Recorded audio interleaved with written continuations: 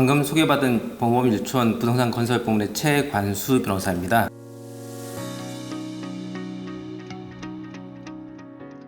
저는 이번 세션은 다른 분야에 대해서 총선 전에 공약과 그 이후에 총선 결과에 따른 향후 어때 정책 방향에 대해서 말씀을 드리셨으면, 오늘은 이번 세션은 부동산 건설 부문에 대해서 말씀을 올리고자 합니다. 부동산 건설 부문은 특히 오늘은 부동산 PF 정리, 재건축 활성화 등등 대부분 많은 분들이 궁금해하시는 그 부분을 말씀을 짧게 올릴 건데요. 앞으로 이렇게 되지 않겠느냐, 특히 말씀을 올리겠는데, 그동안 이 분야에 대해서는 많은 언론에서, 특히 여러분들의 가장 큰 관심사 중에 하나인 의식주 중에 하나인 주에 대해서 많은 언론에서 이미 방향과 이런 부분의 정책을 어떻게 변화될 것인지에 대해서 말씀을 다 기사나 올리고 있었습니다. 그리고 그 대부분의 기조는 동일하고 저도 거의 비슷한 내용인데, 결과가 현재 나온 방향으로서는 사실상 총선 전과 후에 변화가 많이 일어날 수는 없지 않느냐라는 부분이고요. 그래서 그 전에 그 정부나 여당 쪽에서는 많은 그 변화, 특히 여러분들이나 일반 국민들은 그 규제 완화, 그 다음에 어떻게 하면 건설을 좀 더 활성화시킬 것이냐 라는 부분에 포커싱이 맞춰져 있었는데, 이 부분에 대해서 과연 다수당인 민주당이 얼마나 동의를 해줄 것이냐, 특히 입법적으로 해결해야 될 문제들이 많았습니다. 그런데 그 부분은 동의하고 과연 같이 가줄 거냐라는 문제로 기속돼 버려서, 현재 대부분의 전망과 결론은 기존과 동일하지 않겠느냐. 그리고 특별히 민주당이 자신들도 정책상 같이 하겠다, 아니면 동의하겠다고 했던 추진하고자 했던 부분들은 같이 가줄 것 같고요. 그래서 입법적으로 갈 문제는 그렇게 기존과 큰 변화 없을 거다라는 부분이고, 물론 그 부분들이 현재 국민들은 좀 약간 호불호가 좀 갈리는 부분이긴 한데요. 그런 부분과 그다음에 정부의 입장에서는 전체적으로 입법과 상관없이 갈 수 있는 부분은 아마 진행을 할 겁니다.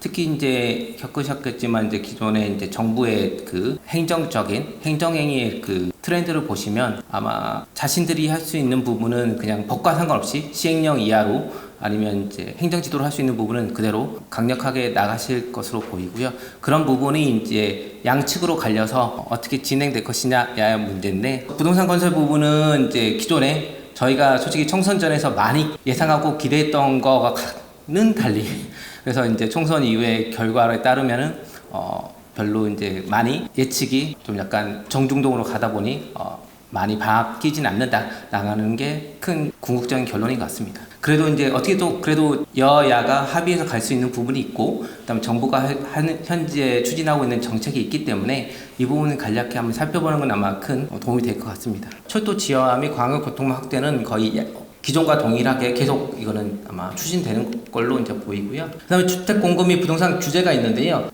원칙적으로 국민의힘에서는 일단 아까 말씀드린 재개발 재건축, 도심에 그런 거에 좀 약간 좀 더 포커싱을 맞추겠다라고 하고 있었던 거고, 더불어민주당은 도심 구도시 정비하면 어차피 서울이나 대도시 위주였는데, 특히 서울을 얘기했던 거죠. 근데 서울 주변에 위성도시, 신도시를 말했던 건데, 1, 2, 신도시들은 더불어민주당은 아예 전국적으로 주택 공급을 좀 확대하고 대신 특화된 그런 특징을 갖는 개발을 좀 해보겠다라고 하는 거였고요.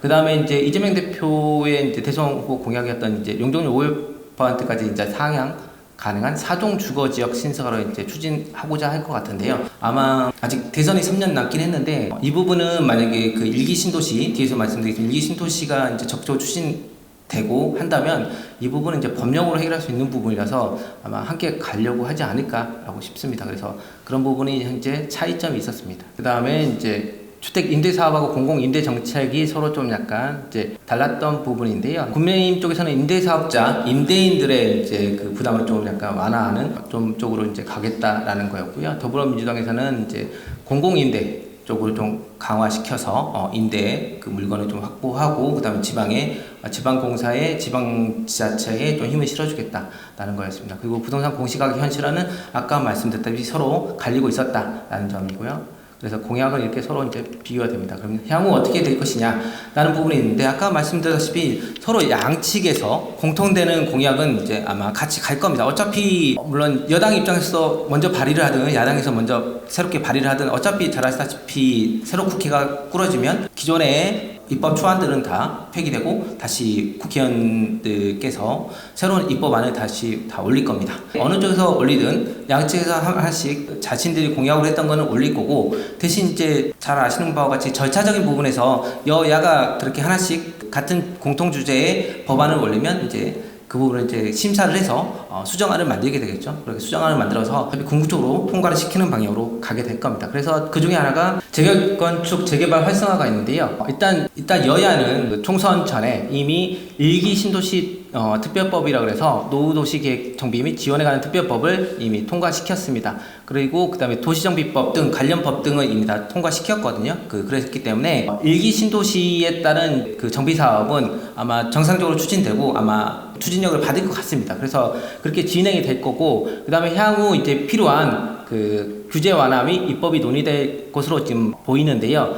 특히 이제 아까 말씀드렸다시피 이제 용적률, 건폐율, 그 다음에 안전진단 면제나 이제 행정절차 간소화, 그 다음에 이제 관리처분 계획도 그렇고, 그 다음에 이제 계획을 세우는 데 있어서 그 절차를 간소화시키는 방향이 좀 더 논의가 돼서 도정법에 들어가지 않을까라고 예측을 하고 있습니다. 물론 이제 기존에 이제 오세훈 시장께서 했던 신통기획하고 비슷한 그런 정도의 이제 절차 간소화를 원할 수도 있는데요. 그런 절차 간소화를 통해서 일기 신도시에 빠른 재개발 재건축을 진행하지 않을까 싶습니다. 그런데 이제 이 일기 신도시의 문제가 개발 계획, 특히 일산하고 분당만 한정한다 하면 다시 들어가야 될 공간이 많습니다. 다시 재개발 재건축이 될 거고 그렇게 되면 사실상 이 현재 시공사분들이 이제 좀 어려움을 겪고 있는데 수주 물량은 많아지지 않나? 라고 생각할 수 있습니다. 단순히 생각할 수 있는데요. 딱히 또 별다르게 또 생각해보면 그렇다고 일산이 예를 들어서 분당이 한꺼번에 이제 다 모두 재개발 재건축 해봅시다 이렇게 안 되거든요.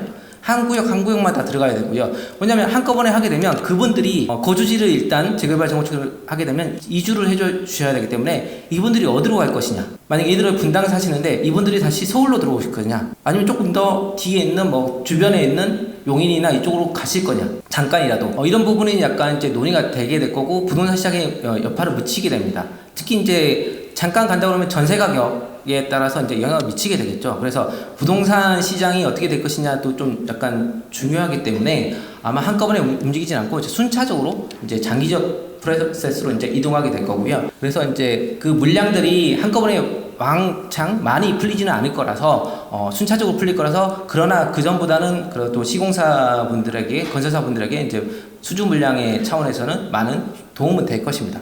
그러나 이제 아까 앞서도에서도 말씀드렸다시피 분당이나 일산의 현재 거주자 분들의 이제 동의가 필요한데요. 어차피 재개발 재건축을 하려면 동의율이 확실히 필요한데 그 동의율을 채움에 있어서 아까 말씀드린 대부분이 은퇴자 분들이 많으시기 때문에 동의를 채우기가 어려운 상황입니다. 그래서 이제 그 분담금 얼마나 적게 나오게 하거나 아니면 거의 안 나오게 하는 부분이 이제 현재 가장 키가 될 거고요. 그런 부분에 있어서 이제 용적률이 완화시켜주는 현재 민주당 정책이 좀 약간 같이 가미되어야만 국민의힘과 민주당이 같이 현재 정부랑 같이 갈 수 있는 방향이 아닌가라고 싶고요. 그래서 아마 용적률 부분이 일기 신도시에 한정해서 가는 방향을 아마 논의하게 될 겁니다. 그렇게 될 거고요. 특히 그래서 아까 말씀드린 수직 수평, 즉 차라리 재개발 재건축 안 하고 이미 기반 시설은 다 되어 있기 때문에 리모델링 것처럼 수직 수평 증축을 좀 하자. 이런 부분도 좀 더 논의가 될 것 같고요. 그래서 그런 부분으로 활성화가 순차적으로 이루어진다면 일기 신도시 부분에 대한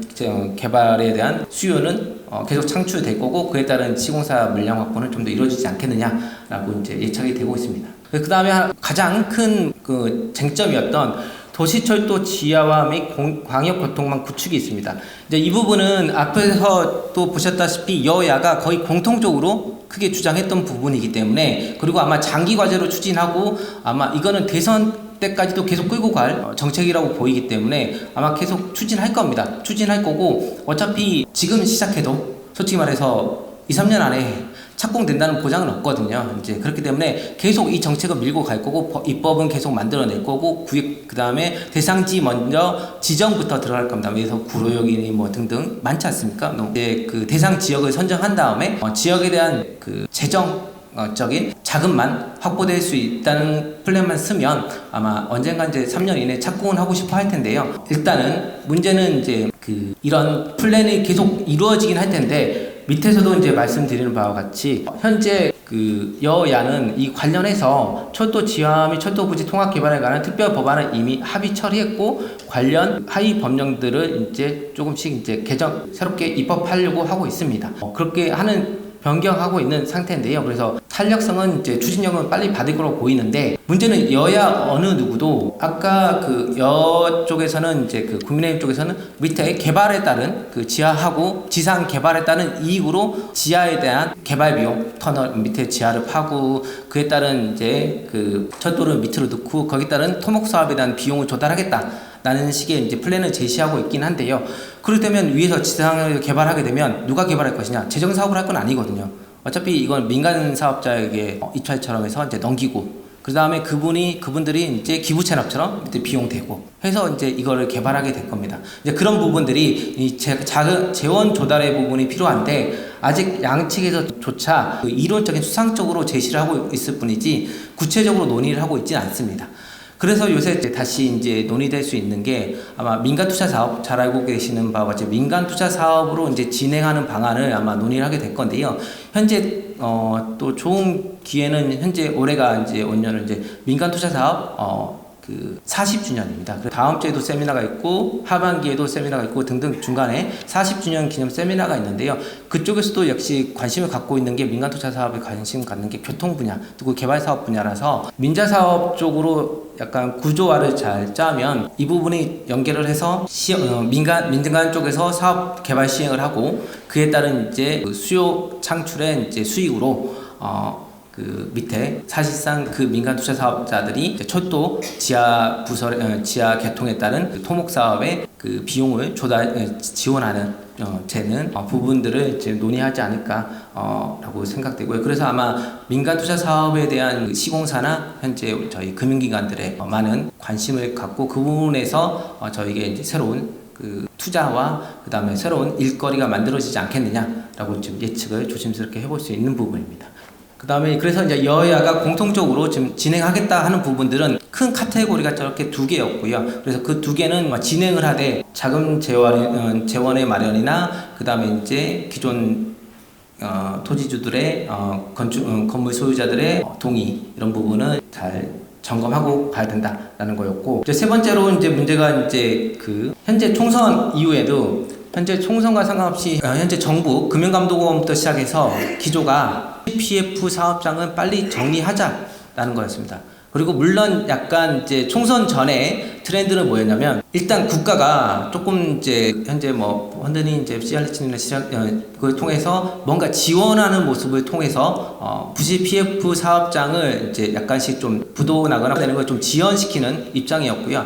그러나 이제 총선이 끝났기 때문에 현재 이제 이복형 원장님도 언론에 자꾸 말씀하시는 바와 같이 PF 사업장 빨리 등급을 나눠서 빨리 다시 이거를 등급을 나눠서 다시 한번 판단을 하고 그에 따라서 이제 하위 등급에 따른 이제 부실 PF 사업장을 빨리 정리하고 경매할 거 있으면 경매하고 공매할 거 있으면 공매하고 털자. 즉 대손 상각할 건 빨리 대손 상각하자라는 게 현 금융감독당국이나 그 정부의 이제 기조가 되고 있는 것 같습니다. 근데 이게 왜 문제냐면 이제 그동안 이제 안 그래도 이제 지방을 중심으로 건설사들은 이제 미분양 주택이 증가했기 때문에 그 다음에 공사비도 왕창 증가했기 때문에 건설사들의 이제 부담이 이제 가중되고 있었군요. 특히 이제 태형건설 같은 경우도 자체 사업도 있었고 PF 보증도 많았습니다. 그렇게 되는 것처럼 근데 이제 부동산 PF의 말은 뭐냐면 속된 말로 분양을 해서 뭐에서 80% 이상 나면 그 사업장은 망하지 않습니다. 이미 자기가 투입했던 비용도 다 회수하거든요. 이익만 조금 먹거나 이익이 안 날 뿐이지. 예전에 금감원세가 있을 때도 그렇지만 60% 이상만 분양되면 어디든지 그 비용은 맞출 수 있다라는 게 그때의 관념이었기 때문에 80% 난다 그러면 정말 이익이 납니다.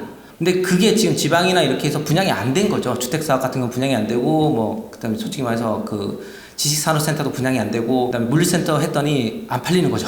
그렇게 하니까 이제 모든 공사비랑 비용은 들어갔는데 수익이 창출이 안 되니까 그 PF가 이제 상환되지 못하고 부실화가 되는 거였고, 그 부실화됨에 따라서 거기에 대해서 이제 모두 연대보증 섰거나 채무인수에 약정을 했던 시공사들이 같이 걸려들게 되는 겁니다. 그래서 그분들이 이제 같이 PF 때문에 채무인수 등을 하게 됨으로써 책임지는 게 많이 늘어나게 됐고요. 그렇게 해서 이제 태양건설도 그렇고 이제 그 리스크가 시공사에게 전이 돼서 현재 건설 경기도 그런 상황에서 시공사에 대한 이제 도산 위험이 많이 커진 상황이었습니다. 이런 상태에서 만약에 부실 PF 사업장을 계속 빨리 정리하자 하면 그 사업장 어떻게든 털어야 되거든요. 털게 되면 과연 그 최종적인 책임을 누가 질 것이냐. 물론 이제 증권사가 이제 증권사나 이제 캐피탈 후순위자들이 이거를 이제 대손삼각하고 털고 나가는 방법도 있지만, 그분들도 어차피 금융기관 분들도 계시겠지만 어차피 최종적인 법적 연대 책임을 지거나 담보로 잡고 있는 부분도 다 실행을 할 수밖에 없거든요. 그렇게 해야 손실을 최소화시킬 수 있기 때문에 그 부분들이 가속화되면 시공사나 이제 신탁사들의 이제 연대보증을 섰거나 아니면 손해배상해야 되는 부분들 기간이 빨리 도래하게 됩니다. 이제 도래하게 되면 이 부분들이 또 빨리 도래하게 되고, 이게 부실 PF에 따른 이제 자기 책임지는 그 금융 책임이 갑자기 쌓이게 되면 이 부분을 해결하기가 힘든 거거든요. 그러니까 즉 속된 말로 언론에서 4월 위기설, 5월 위기설 얘기하지 않습니까? 얘기하는데 그 건설사 위기설 얘기하는데 제가 가만히 보면 최악의 상황, 즉 그 건설사가 자체 사업을 했다는 등 PF 보증을 썼다는 등 했을 때 리스크를 부담하는 그 총액이 있는데, 그 총액이 한꺼번에 몰린다 그러면 그 위험은 현실화된다고 봐요, 저는. 근데 보는데 그게 아니라 일반적으로 기업이라 하면은 그 리스크가 시기가 다 분산이 돼 있고, 그 중간중간에 대출이나 이런 걸 계속 만기를 연장해 가고 뒤로 유예해 가고, 아니면 중간에 다른 이익이 들어와서 이 부분을 메꿔 가거나 아니면 리스크를 분산시킴으로써 한꺼번에 모든 법적 그 재무 부담이 돌아오지 않게 하는 게 그 기업의 이제 재무 쪽에서의 이제 항상 모습이고, 그에 따라서 기업들이 그 도산의 위기에 처하지 않게 되는 거군요. 근데 만약에 이게 빨리 정리해라 해서 그 건설사나 이런 부분 쪽에 한꺼번에 이게 몰아쳐 버린다 그러면, 제가 보기에는 진짜 그분들이 이 책임을 금융 책임이나 이런 거에 건설사나 이쪽에서 감당할 수 있을 것이냐 라는 부분이 조금 걱정되는 부분이 있습니다. 그래서 현재 건설사들의 걱정이 좀 많은 상태고, 앞으로 이 부분이 이제 4월 이후에 좀 약간 논란이 되지 않을까라고 생각이 들고요. 그래서 이제 일부 건설사에서는 차라리 이제 이거는 물론 돈이 있으신, 자금이 있으신 건설사들이 좀 약간 생각하시는 건데요. 차라리 그 사업장을 내가 채무인수 해야 되는 책임, 아니면 연대 책임 져야 되는 사업장이면 차라리 그 사업장을 돈을 대주단한테 갚아주고 그 사업장을 떠와서 물건으로 떠와서 어차피 나중에 좀 기회를 보시는 그런 부분도 좀 다시 다 논의를 하고 있고, 그런 엑시트 방안도 좀 고려를 하고 계십니다. 그렇기 때문에 현재 상태에서 아마 4월 이후에서 이제 시공사나 신탁사나 금융시장에서의 좀 같이 논의를 해야 될 거는 재구조화, 금융 재구조화를 어떻게 할 거냐. 과연 만기 그냥 바로 도래시키고 만기 연장 안 시켜서 그냥 바로 그 모든 걸 빨리 처리하자라고 할 거냐. 물론 근데 그 처리하는 방법 중에 하나로 금융 재구조화를 다시 고려해 볼 것이냐 라는 부분도 좀 약간 적극적으로 생각해 봐야 될 거라고 보이고요. 그 다음에 이제 그 과정에서 시공사나 시공사들도 자금이 이제 허락하는 한도에서는 차라리 시행사의 지위를 가져오거나 사업장의 담보권을 빨리 확보하는 방안도 시공사 입장에서는 고려를 해야 된다. 건설사 입장에서는 현재 그런 부분이 현재 4월 달부터 많이 논의되고 있고, 앞으로도 계속 논의될 거라고 보이고 있습니다. 또 마지막으로 이제 건설 형사 행정제재 및 중대재해처벌법인데, 중대재해처벌법부터 말씀드리면, 아까 중대재해처벌법은 아까 앞부분에서 노동 분야에서 말씀드렸기 때문에 짧게 말씀드리면, 어차피 이제 잘 아시다시피 이제 50인 미만 사업장에 대해서 그동안 이제 많은 50인 미만 사업장들이 50인 이상 사업장들은 컴플라이언스, 즉 안전보건 체계를 갖추는 거 많이 노력을 해왔었습니다. 특히 건설사 부분들은 많이 노력을 해서 좀 체계도 갖추고 내규도 갖추고 해서 대비를 해왔었는데, 그럼에도 불구하고 물론 사람의 인력의 일이란 거기에 미치지 못하기 때문에 중대재해는 계속 발생합니다. 했는데 그럼에도 불구하고 컴플라이언스 통해서 이거를 최대한 방어해 보려고, 형사적으로 방어해 보려고 노력을 해왔고, 그렇게 해왔는데 50인 미만 사업장들은 이 컴플라이언스를 체계를 만들거나 이런 여력이 되지 않습니다. 비용적 측면 좀 들거든요. 그리고 그 50 미만 사업장들은 이번에 그 선거 결과에 따라서 유예가 될 수 있지 않나라 좀 기대를 좀 하고 있었습니다. 그래서 그런 부분은 유예를 좀 기대하고 있었는데 아마 유예는 안 되지 않을까라는 지금 생각이 들고 있고요. 그래서 아마 50 미만 사업장이 그래서 최근에 다시 갑자기 저나 이렇게 연락이 많이 옵니다. 이제라도 컴플라이언스 체계를 어떻게 만들면 안 될까요? 라고 하는데, 이제 뭐 만들면 좋긴 하지만 이제 항상 이제 살얼음을 걷고 있는 거죠. 이제 그렇게 되고 있는 거고요. 그렇게 해서 이제 약간의 리스크가 커져 있고, 아까 말씀드렸듯이 50 미만 사업장에 보면 특히 이제 사고가 나는 쪽은 주로 하도급 업체입니다. 하도급 업체인데, 특히 뭐 예를 들어서 뭐 미장하거나 아니면 어디 뭐 들어서 시멘트 안에 그 내부적인 작업하다가 추락사고 하신다. 근데 대부분이 하도급 업체거든요. 특히 근데 그분들이 해외에서 일용직으로 오시는 분들이 제일 많습니다. 근데 그분들이 떨어져서 돌아가신 분도 좀 많습니다. 그렇기 때문에 이런 부분을 어떻게 할 것이냐라는 부분이고, 아까 앞 섹션에서 그런 부분 때문에 합의 비용이 많이 되기 때문에 하도급 업체들은 어떤 업체들은 그런 얘기도 하십니다. 차라리 저 발생하면 그냥 부도 처리할래요 라는 회사도 있거든요. 어차피 몇 명 안 되기 때문에 만약에 이제 형사 책임만 면제될 수 있다 그러면, 아니면 이제 뭐 벌금 나오거나 집유 나올 수 있다 그러면 차라리 없애고 새로운 회사 차리는 게 더 빠르다 라는 부분도 있으셨습니다. 이제 현재 그래서 아까 말씀드렸듯이 전체적 기조는 부동산 건설 분야에 있어서는 어차피 양측이 합의된 정책 방향은 같이 진행할 거고, 정부 입장에서는 이런 형사 행정 제재 이런 부분이나 아까 PF 사업장 그 정리 이런 부분에 있어서는 법령과 상관없이 정책적으로 추진할 수 있는, 즉 행정행위로 추진할 수 있는 부분은 더 강하게 추진하지 않을까라고 예측하기 때문에 이에 대한 대비는 한번 고민해 보셔야 되지 않을까 싶습니다. 이상 저의 발표를 마치겠습니다.